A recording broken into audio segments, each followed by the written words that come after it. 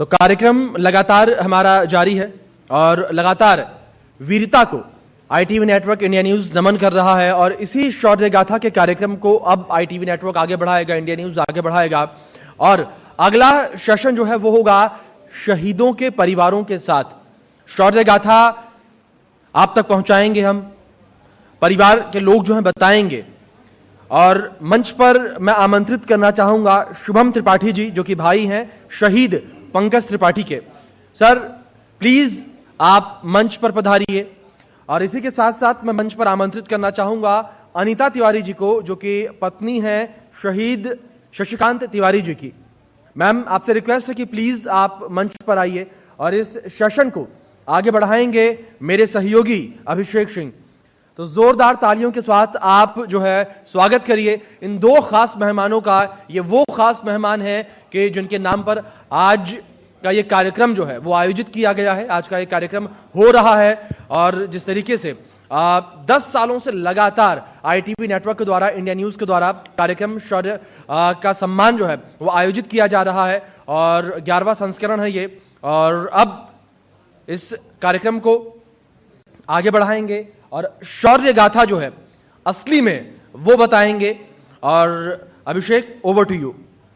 बिल्कुल, India news के शौर्य सम्मान का ये 11वां अंक है और जिसमें हम शौर्य गाथाओं के बारे में बात कर रहे हैं। खासतौर पर जब शहादत होती है तो परिवार के ऊपर एक बहुत बड़ी जिम्मेदारी होती है कि उस शहीद की शौर्य गाथा को साथ लेकर चलना। हमारे साथ शुभम मौजूद हैं और हमारे साथ अनीता तिवारी जी मौजूद हैं जिनसे हम बात करेंगे।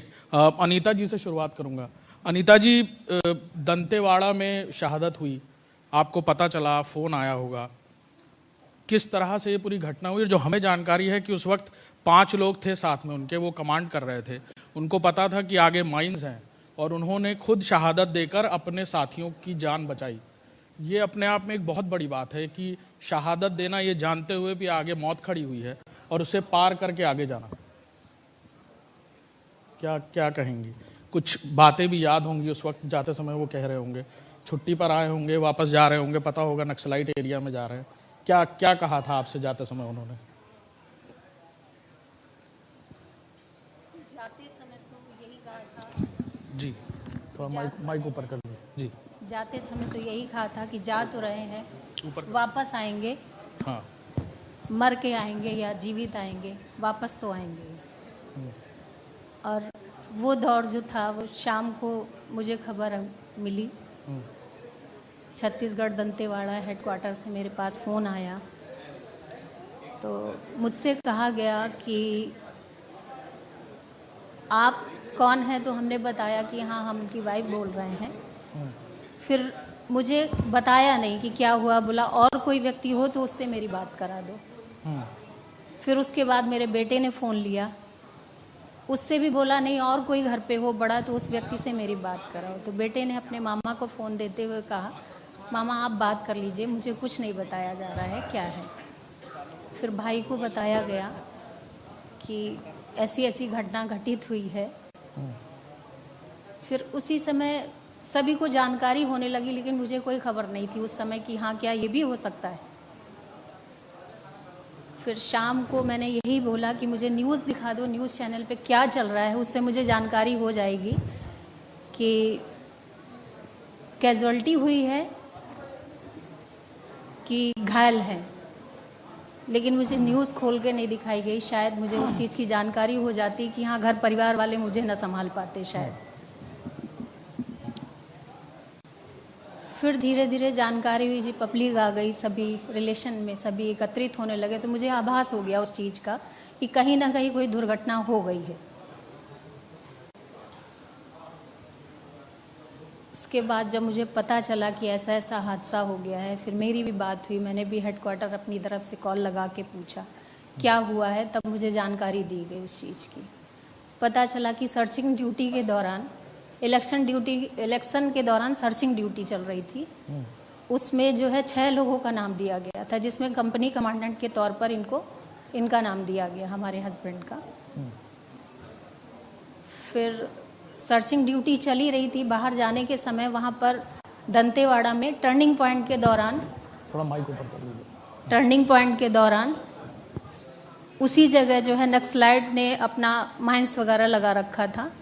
जैसे ही इन लोगों की गाड़ी पहुंचती है वैसे ही फर्स्ट ब्रस्ट फायरिंग होती है। तो उसी दौरान गाड़ी से उतर कर बोले कि मैं इस चीज़ को, इसका मोर्चा संभालता हूँ, आप लोग पास हो जाओ।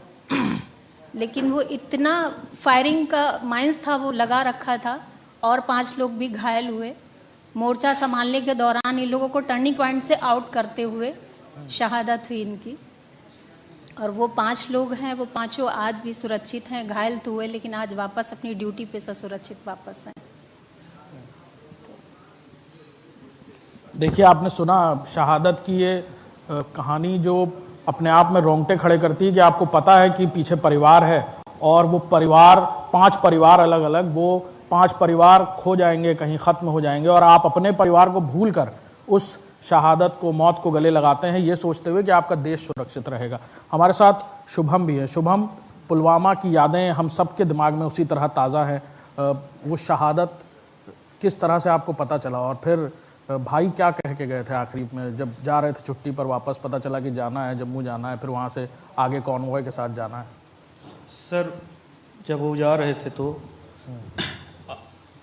हम उनको छोड़ने गए स्टेशन, तो वहाँ कहे मेरा ट्रांसफ़र हो गया है, मैं दिल्ली आ रहा हूँ, तुमको वहीं चलना है। मैं 16-17 साल उम्र थी मेरी, वही पढ़ाई चल रहा था कि कहें हम तुमको अपने साथ शिफ्ट कर लेंगे। तो चले गए। जिस दिन घटना हुई सर, पहले इनका नाम तो नहीं आ रहा था, लेकिन कमांडेंट साहब के द्वारा, इनके बटालियन के जो कमांडेंट थे वो फ़ोन किए कि पंकज अब नहीं रहा। एक कैजुअलिटी में, जो बहुत बड़ी कैजुअलिटी है, उसमें पंकज नहीं रहे। तो मेरे पिताजी को पता चला, मैं भी घर पे नहीं था। यकीन नहीं होता है सर। और इनका नाम शुरुआत में आ नहीं रहा था कि यह भी शामिल हैं उसमें। कुछ समय बाद इनका नाम आया और धीरे धीरे प्रशासनिक अफसर और सभी लोग घर पे जुटने लगे, तो जानकारी हुई। और सर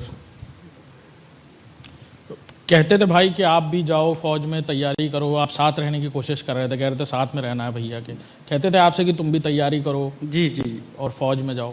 जी, मैं तैयारी कर रहा था सर। 2017-18 में मैं जब इंटरमीडिएट अपना क्लियर किया तो एयरफोर्स में मेरा पेपर निकल चुका था। लेकिन हमारे भैया का जो सपना था कि सिविल सर्विसेज में जाओ तुम।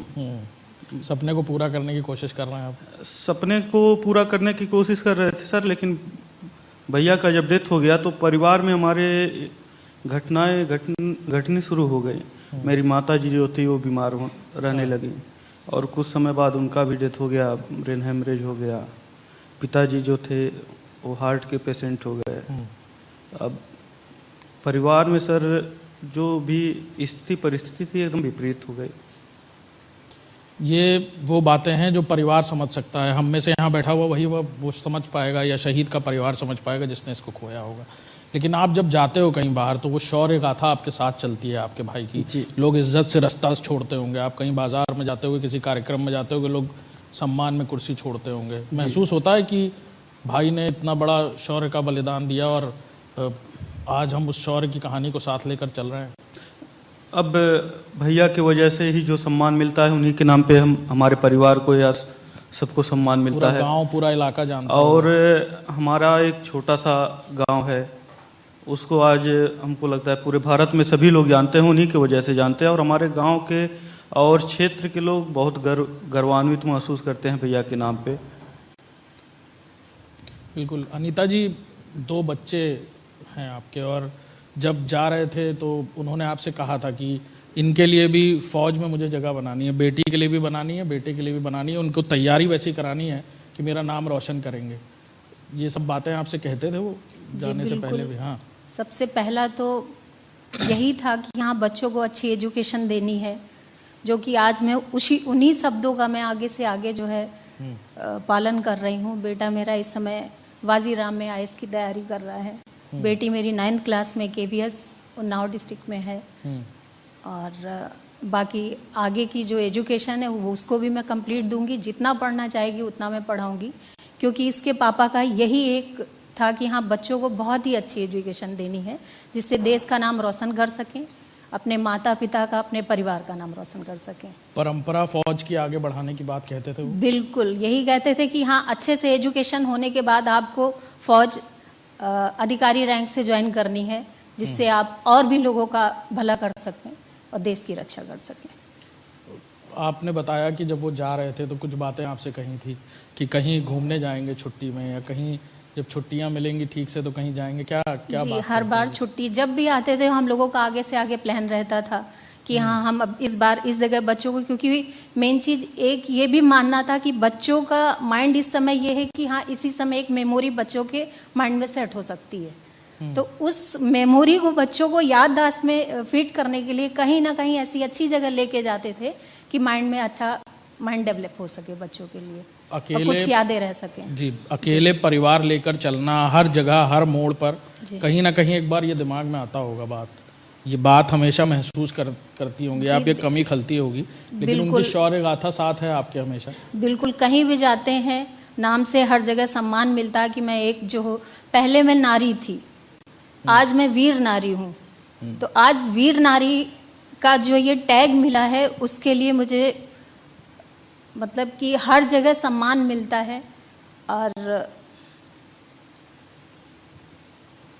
क्या ही बताऊं, मैं निशब्द हूँ जो शब्द नहीं बोल सकती। मैं समझ सकता हूँ, ये जो बहुत सहजता से हम जिस बारे में बात कर रहे हैं ये बात आपके लिए कहना कितना मुश्किल है। जी अभी तो मैं बोल पा रही हूँ, आज मैं ITV के मंच पर बैठ के अपने शब्दों को सभी के सामने प्रस्तुत कर रही हूँ, हमारे लिए बहुत बड़ी बात है ये। बिल्कुल शुभम, कई बार कमी खलती होगी जब कहीं जाते होंगे, कहीं शादी में, किसी कार्यक्रम में, परिवार के किसी कार्यक्रम में, तो ये भी कमी कभी बार खलती होगी कि आज भाई होते साथ में तो ऐसा, या कुछ बातें ऐसी आंखों के सामने से निकलती होंगी जब वो कोई बात करता होगा उनकी कि भैया आज इतने साल हो गए, इतना वक्त हो गया गए हुए। अब घर पे जो कोई भी कार्यक्रम पड़ता है वो खुशी और उत्साह अब नहीं रह जाता है। परिवार का जो सदस्य होता है, हमारे परिवार के वही गार्जियंस थे, मेरे पिताजी किसान आदमी थे और बचपन से ही बहुत संघर्ष किया। हमारे बड़े भाई जो थे बहुत संघर्ष किए, गरीबी भी देखे, अपने सब कुछ किए, और वो ठंडी गर्मी हो या बरसात हो, सुबह दौड़ के घर का भी काम करके, हमेशा उनका एक ही टारगेट था बचपन से कि मुझे फौज में जाना है, क्योंकि मेरे बड़े पिताजी फौज में थे, CRPF में। तो आसाम में नक्सलाइड जब वो थे, नक्सली वो का कुछ आतंक था, तो उसमें उनको गोली लग गई थी, तो बाद में रिटायर होके वो घर आ गए। जब वो आते थे वर्दी में, तो तभी से इनका बचपन से ही एक सपना बन गया था कि मुझे जाना है तो फौज में ही जाना है, कोई अन्य जगह नहीं जाना है।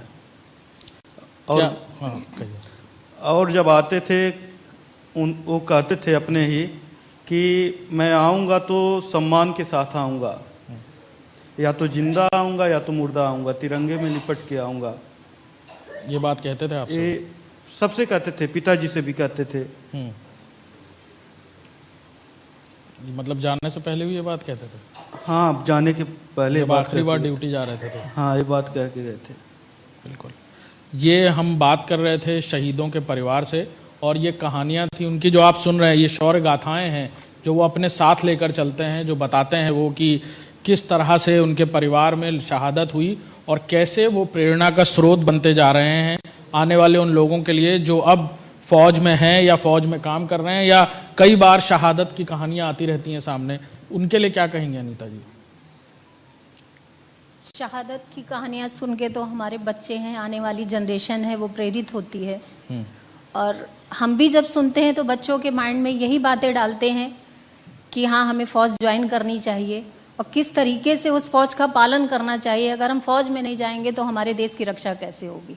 देश की रक्षा के लिए बच्चों को अच्छी से अच्छी कहानियों से प्रेरित करना चाहिए। और बस हम तो यही कहना चाहते हैं, शहीदों की चिताओं पर लगेंगे हर बरस मेले, वतन पर मिटने वालों का यही बाकी निशान होगा। तो शहीदों के लिए जितना भी बन सके उतना उनकी शौर्य गाथा का प्रचलन करना चाहिए कि आगे आने वाली जनरेशन हमारी जितनी भी है वो प्रेरित हो सके। बिल्कुल, हम शौर्य गाथाएं बता रहे थे और अभी के लिए इतना ही, और भी शौर्य गाथाओं के साथ आपके सामने आएंगे। जी। अभिषेक आपका, साथ ही साथ